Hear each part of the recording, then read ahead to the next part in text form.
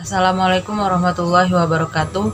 Perkenalkan, nama saya Alifa Nurhadila Abdul Karim. Saya mahasiswa pendidikan guru sekolah dasar PGSD Stikip Muhammadiyah Kalabahi.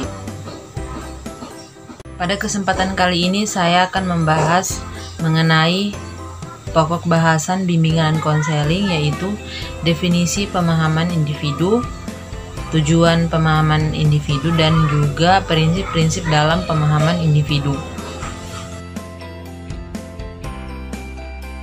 Kita masuk pada pembahasan yang pertama, yaitu definisi pemahaman individu. Pemahaman individu adalah suatu cara untuk memahami, menilai, atau menaksir karakteristik, potensi, atau masalah-masalah gangguan yang ada pada individu atau kelompok. Cara yang digunakan meliputi observasi, interview, skala penilaian, daftar cek, inventory, teknik projektif, dan beberapa jenis tes. Dalam konsep Dillard 1985, Yost and Corbisley 1987, dan Scharf 1992, yang dimaksud dengan pemahaman diri adalah proses memahami berbagai karakteristik diri. Istilah memahami mengandung makna bukan sekedar mengetahui, tetapi mampu menjelaskan, menilai, menganalisis, bahkan menyintesis berbagai karakteristik diri. Dengan demikian, maka pemahaman individu dapat diartikan sebagai suatu kegiatan yang dilakukan oleh seseorang untuk mengerti dan memahami individu lain. Dalam konteks bimbingan dan konseling, mengerti dan memahami tersebut dilakukan oleh konselor terhadap klien. Yang berikut ada tujuan pemahaman individu. Secara umum, pemahaman individu yang dilakukan konselor terhadap klien dalam layanan bimbingan dan konseling bertujuan agar konselor semakin mampu menerima keadaan individu seperti apa adanya, dan sekaligus keberadaan siswa baik dari segi kelebihan maupun kekurangan. Konselor semakin mampu memperlakukan siswa sebagaimana mestinya, dalam arti lain mampu memberikan bantuan seperti yang dikehendaki oleh siswa. Konselor terhindar dari gangguan komunikasi sehingga mampu menciptakan relasi yang semakin baik.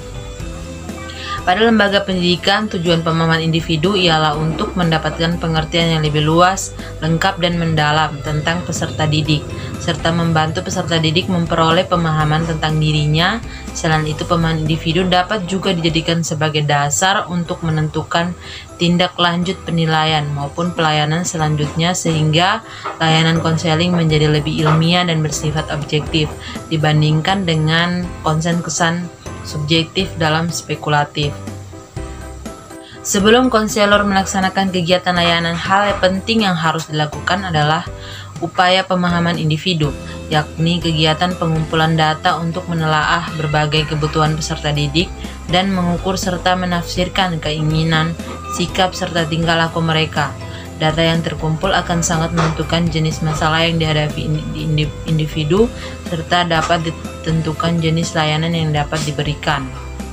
Kegiatan memahami individu dapat dilakukan melalui pengumpulan data bagi guru BK atau konselor. Memiliki 3 fungsi, yaitu yang pertama, menjadi laporan menyeluruh tentang keadaan individu termasuk masalah yang dialami. Yang kedua, berbagai bahan kemungkinan pemberian pengajaran secara efisien. Dan yang ketiga, untuk menentukan bimbingan yang dapat diberikan. Yang berikut prinsip-prinsip dalam pemahaman individu. Upaya pemahaman individu dapat dilakukan melalui pengumpulan data klien. Dewa Kutat Soekardi menyarankan minimal 5 prinsip dan menghimpun data dari individu, yakni harus tersusun secara sistematis, komprehensif, terpadu, aman, dan bermanfaat. Yang berikut yaitu prinsip-prinsip bimbingan konseling. Ada beberapa prinsip dalam bimbingan konseling. Yang pertama, berkelanjutan atau kontinu. Mengikuti suatu perencanaan dalam rangka keseluruhan program konseling dari jenjang tertentu sampai jenjang berikutnya. Dengan demikian, individu menjadi utuh bersama dengan perkembangannya.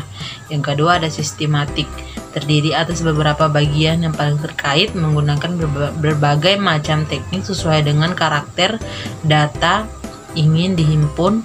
Berbagai teknik tersebut saling terkait satu-satu dengan yang lain dan menjadi satu kesatuan dalam menangani permasalahan individu. Yang ketiga, ada komprehensif dan terpadu. Pengumpulan data tidak boleh hanya mengandalkan satu alat saja, tetapi harus menggunakan alat tes dan non-tes secara terpadu dan saling melengkapi. Berikut yaitu bersifat tertutup. Hasil pengumpulan data harus dijaga kerahasiaannya dan dipergunakan hanya atas kesediaan dan izin individu, serta tidak dipergunakan untuk membuka aib individu. Dan yang terakhir, bermanfaat. Pengumpulan data harus dapat memberi keuntungan kepada konseli dan mampu mendukung kepentingannya, bukan karena alasan administratif atau menghabiskan program sehingga data hanya menumpuk dan tidak memberikan perubahan signifikan bagi konseli. Demikian video pembahasan bimbingan dan konseling tentang pemahaman individu dari saya. Kurang dan lebihnya saya mohon maaf. Assalamualaikum warahmatullahi wabarakatuh.